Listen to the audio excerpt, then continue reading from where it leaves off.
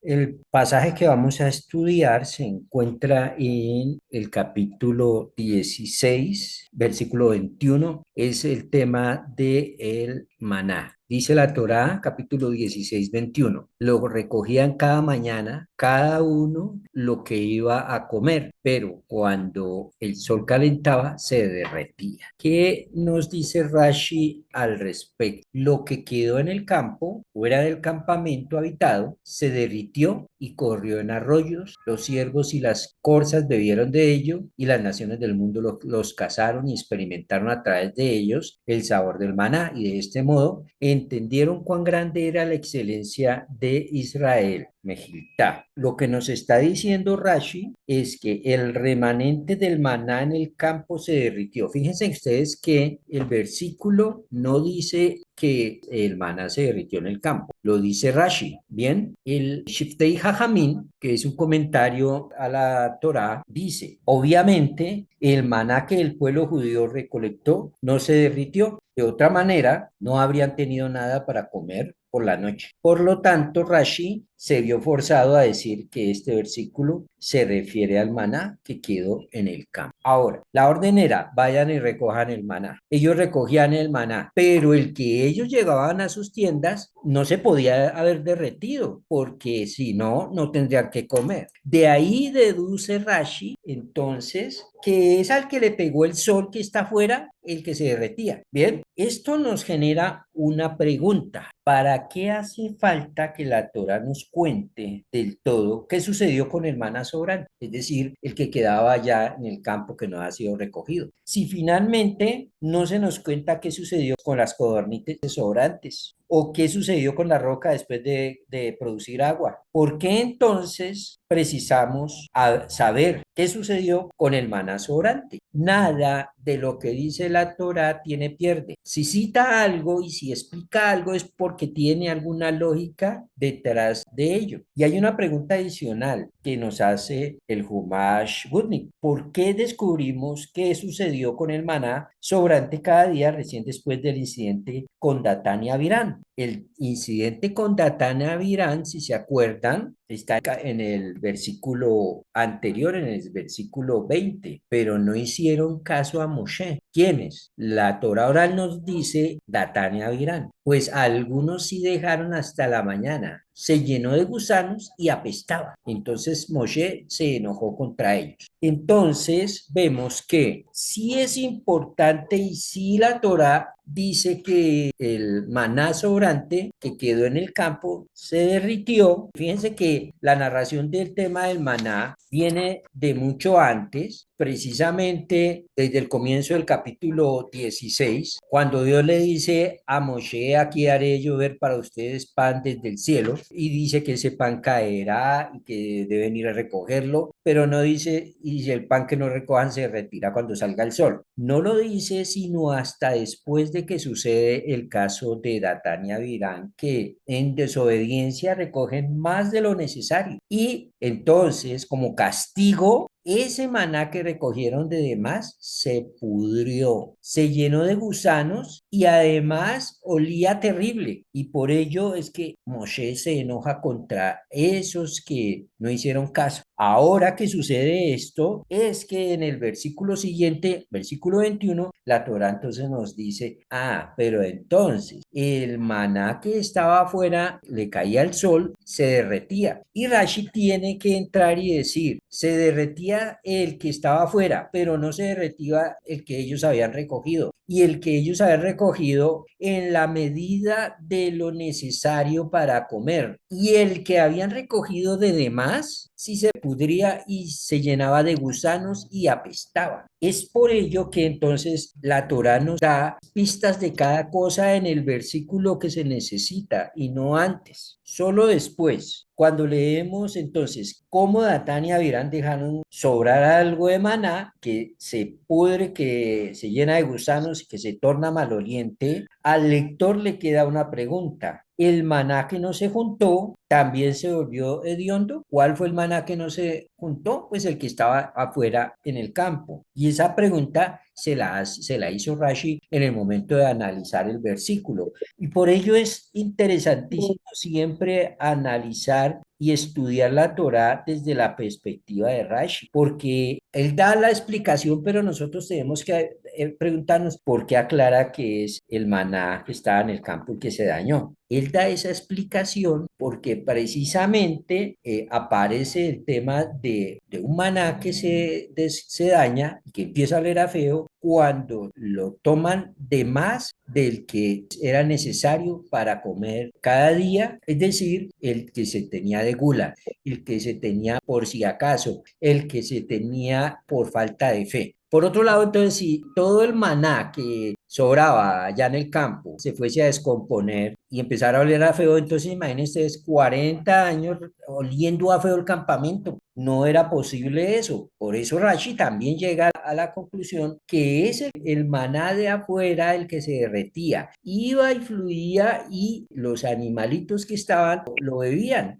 Ese maná hacía que el sabor de su carne cuando los cazaban era supremamente delicioso y eso lo llegaron a probar la gente de las naciones que estaban afuera, los que no estaban con Israel. Ahora, ¿qué se informó a Moshe en el versículo 22? Y sucedió que en el sexto día recogieron doble porción de alimento, 2 gomeres para cada uno, y cuando todos los jefes de la congregación vinieron y se lo hicieron saber a Moshe. ¿Qué es lo que está diciendo eso? Aquí vemos algo raro. Sucedió que en el sexto día fueron a recoger, como todos los días recogían maná. Cuando llevaron el maná a las tiendas, se dieron cuenta que ese maná que recogieron pesaba el doble. Y la Torá nos dice 2 gomeres para cada uno. Es decir, era una porción doble a la que normalmente ellos recogían. La gente dijo, ¿aquí qué está pasando? Recogemos lo normal y cuando entramos resulta que es el doble de grande la porción. ¿Qué hacemos? Entonces los jefes de las tribus van y se lo hacen saber a Moisés. Lo peculiar aquí es, si ellos hubiesen sabido que era que tenían que salir a recoger el doble de maná, ¿cuándo? El sexto día, es decir, el viernes, el día anterior a Shabbat. Entonces no hubieran habido necesidad de ir a hablar con Moshe y decirle nada, porque ya estarían avisados. Lo cual nos enseña que ellos no sabían que se debía recoger una doble porción de maná para Shabbat. Y como no sabían, se sorprenden y entonces van y hablan con Moshe y Moshe se los explica a ellos. El Or Ahaim, que es un comentario sobre la Torá, nos está diciendo, Moshe no contó al pueblo judío acerca del Shabbat porque Dios se lo había dicho a Moshe como un secreto, donde no aparece una orden específica, donde en el versículo 5, pero el sexto día, lo que recolecten para llevarse será el doble de lo que juntan cada día. Dios cuando le habla a Moshe le dice, el sexto día lo que recojan va a ser el doble, ¿sí? De lo que juntan cada día, pero no le dice, díselo al pueblo de Israel. Simplemente le da esa información a Moshe. Y Moshe, como entiende que no es un mandato, no se lo dice a ellos. Entonces, hasta este momento, Israel no sabe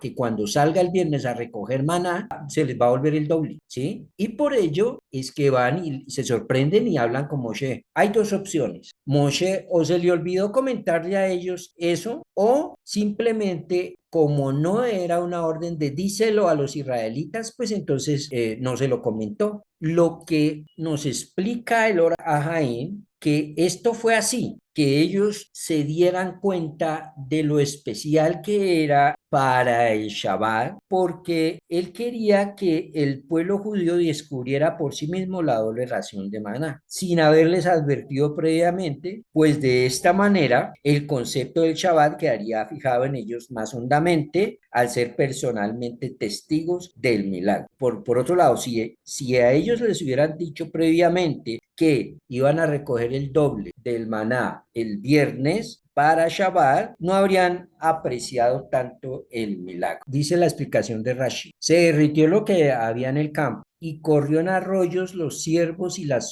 zorras bebieron de ello, y las naciones del mundo los cazaron y experimentaron a través de ellos el sabor del maná. Y de este modo entendieron cuán grande era la excelencia de Israel. ¿Por qué Rashi tiene que citar eso? Esa es la otra pregunta que nos hacemos en este estudio. Y él dice que es con el fin de que las naciones entiendan cuán grande era la excelencia de Israel. ¿Cuán grande por qué? Porque personajes como Datán y Abiram, que eran complicados, aún así ellos recibieron una reprimenda por parte de Moshe, se sometieron. Esto habla del carácter de Israel. Y además, lo que nos está enseñando esto, cuando leemos del versículo 22 al 29, es que Dios dio el Shabbat al pueblo judío claramente como una expresión de su grandeza. Fíjense bien lo que nos dice aquí el comentario de Rashi. Recogieron pan doble y cuando midieron en sus tiendas lo que habían recogido, hallaron que era el doble, 2